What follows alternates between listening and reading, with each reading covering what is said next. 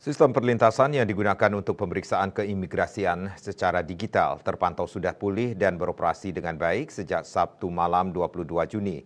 Begitu juga di Bandara Internasional I Gusti Ngurah Rai, perlintasan pemeriksaan keimigrasian secara digital sudah normal kembali.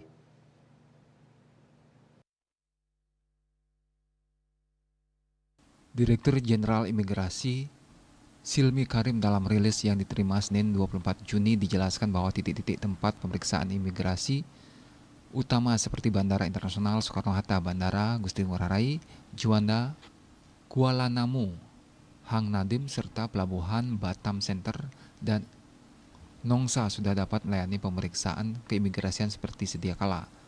Silmi Karim menyampaikan, sistem aplikasi penuntasan sudah berjalan normal sejak recovery 22 Juni malam, sedangkan AutoGate, aplikasi visa, dan izin tinggal sudah normal pada Minggu 23 Juni pagi. Aplikasi N-Paspor dan cekal online juga sudah sepenuhnya beroperasi normal. Adapun sistem paspor ditargetkan untuk recovery pada Senin 24 Juni. Silmi mengatakan pengambilan keputusan pemindahan data center dilakukan setelah 12 jam sejak gangguan teknis di Pusat Data Nasional. Kementerian Kominfo teridentifikasi. Langkah tersebut diambil setelah mengamati perkembangan recovery PDN yang tidak menunjukkan hal positif di hari pertama gangguan. Proses pengaktifan kembali sistem imigrasi pada data center baru membutuhkan waktu 2 hari dari hari Kamis tanggal 20 Juni 2024. Umumnya permasalahan teknis bisa terselesaikan dalam hitungan 1-3 jam.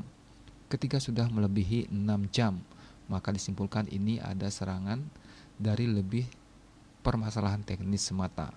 Sehingga pihaknya harus putuskan pindah data center demi pemulihan pelayanan publik dan juga kantor keamanan negara. Pihaknya mengapresiasi langkah recovery yang dilakukan petugas di imigrasi yang bertindak cepat dan bekerja 24 jam untuk memulihkan sistem imigrasi.